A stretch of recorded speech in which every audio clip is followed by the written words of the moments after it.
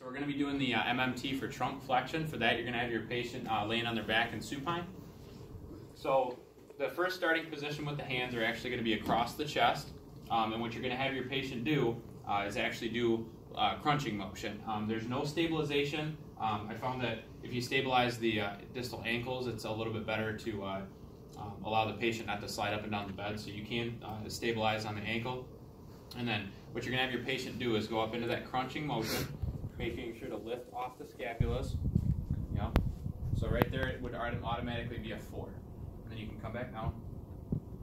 And you always want to make sure that your patient has their back flat against the table. So they want to cue that first, make sure they're posteriorly rotating their pelvis to where the back is touching. You can palpate for that, make sure that it's touching.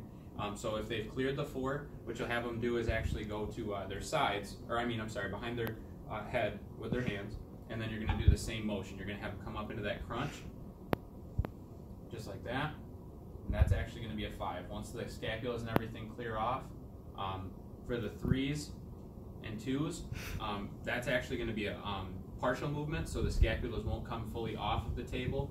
They can sometimes clear the inferior angle.